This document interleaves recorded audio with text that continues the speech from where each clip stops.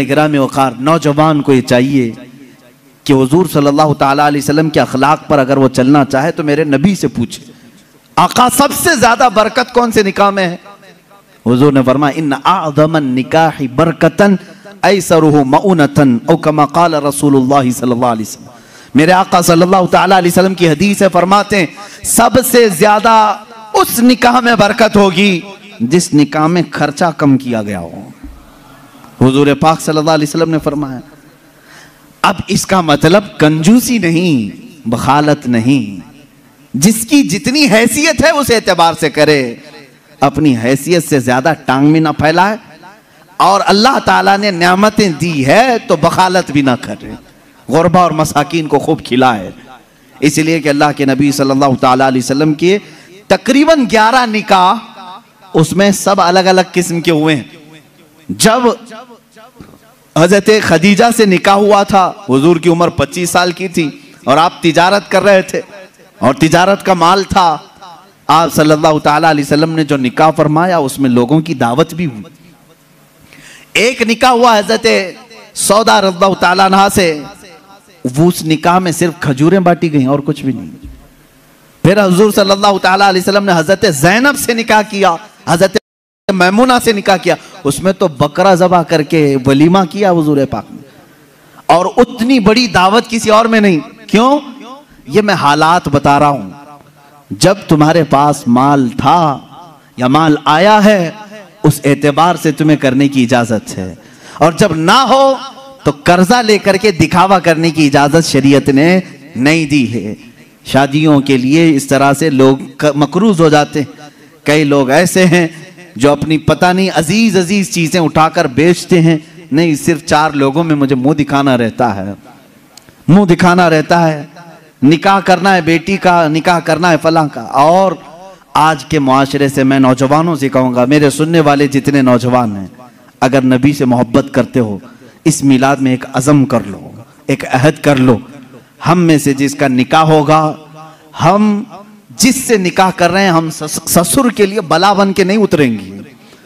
हाँ, आज बहुत सारे दामाद बला बन चुके हैं, बला हैं, वो वबा हैं, इसलिए कि बेटी एक बार दिया है और ये बीमारी जिंदगी भर की लगा लिया है। हाँ, कई लोग हैं ऐसे, कड़वी जरूर है मेरी बात, जिसने अपनी बेटी दिया है और वो पीछे लग गया है। कल ही एक खातून मेरे पास आई, शादी होकर के उसके 9 साल हुए हैं, बच्चे भी हैं। वो रोती हुई आई, कह रही है कि मेरी माँ, उसकी माँ बेवा है, उसके बाप का इंतकाल हो चुका था बरसों पहले, और बरसों पहले मेरे बाप की जो प्रॉपर्टी थी खानदानी, वो मेरी बेवा माँ को मिली है, वो कुछ लाख रुपए आ गए हैं। और जैसे ही मेरे घर में मालूम हुआ है, शौहर ने मुझे बाहर निकाल के घर भेजा है, जा तेरी अम्मा को जो प्रॉपर्टी में मिला है उसमें से 2 लाख मांग के लेके आ। मुआज़ल्लाह, भिखारियों से क्यों शादी करते हो? इस तरह के लोग जो अपनी औरत पर अपना महल सजाना चाहते हैं, उनकी हैसियत बहुत जलील है, बहुत जलील। मैं आपको बताऊं, तुम बर्बाद होना चाहते हो, जिसकी ख्वाहिश है वो मुझसे पूछ ले, मैं बता दूंगा। तौबा अस्तगफिरुल्लाह, कोई नहीं चाहेगा, हर कोई बरकत का रास्ता हमसे पूछता है, लेकिन ये रास्ता भी मैं बता देता हूं, जो अपना बिजनेस और अपनी बरकत सब बर्बाद करना चाहता है, उसके लिए बाज़ बुजुर्गों ने फरमाया, वह अपनी बीवी से जबरदस्ती उसका माल लेकर के बिजनेस में लगाया हो, वहीं से शुरुआत हो जाएगी नहुसत की। उसके दिल को तोड़कर जो माल ले जाकर के लगाओगे तो फिर वहां से, हाँ, बखुशी देना और बात है, पसंदीदगी के साथ देना और बात है।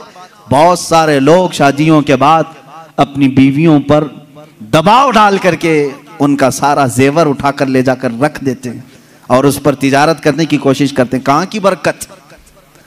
किसी का दिल रो रहा है और तुम अपनी दुकान सजाने जा रहे हो। तुम्हें तो शादी इसलिए करने का हुक्म हुआ था, एक कमजोर मखलूक तेरे निकाह में आ रही है, तू कमा और उसे खिला। यहां उल्टा हो गया, उसी से तू कमाना चाह रहा है। ये उल्टा नहीं हो गया?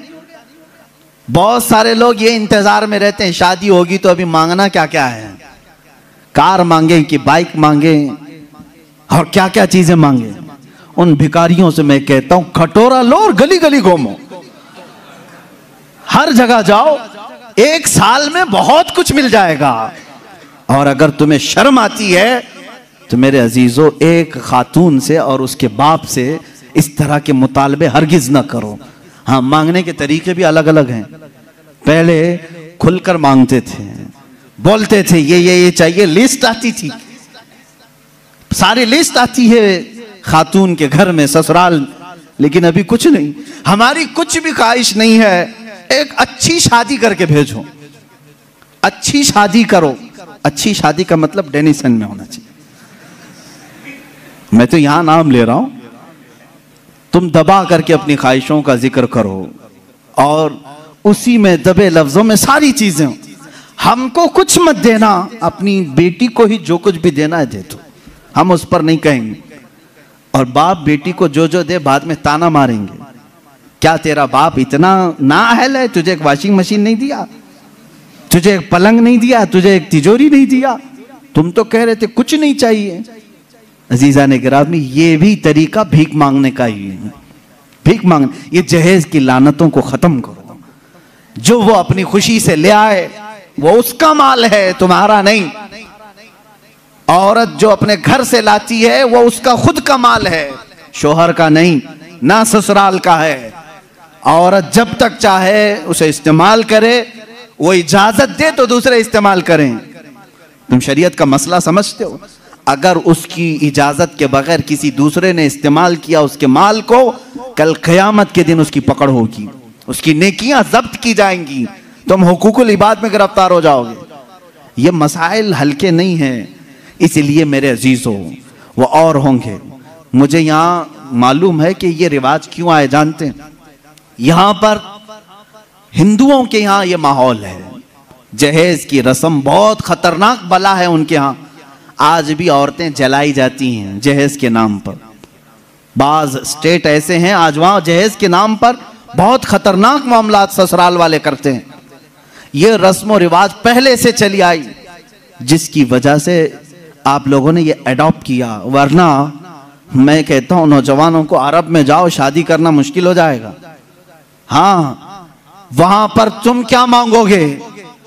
तुम्हें बाप एक फूटी कोड़ी भी नहीं देगा लड़की को, लड़की का बाप कुछ नहीं देगा, बल्कि प्लस लड़की तुमसे मांगती है 1 लाख रुपए मेहर में रख, तब मैं शादी के लिए तैयार होती।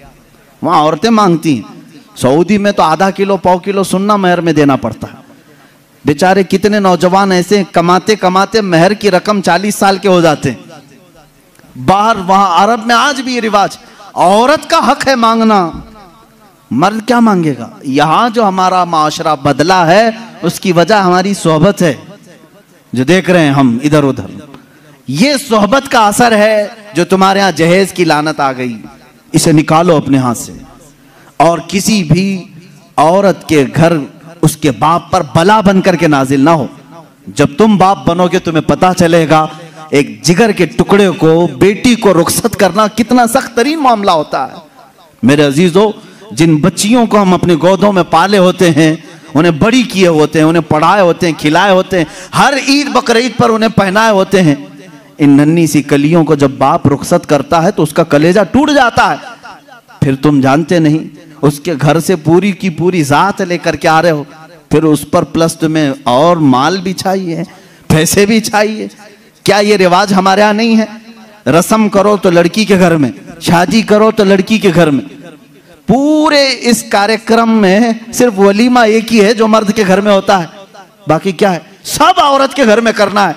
बच्चा हो जाए चिल्ला उसके घर में।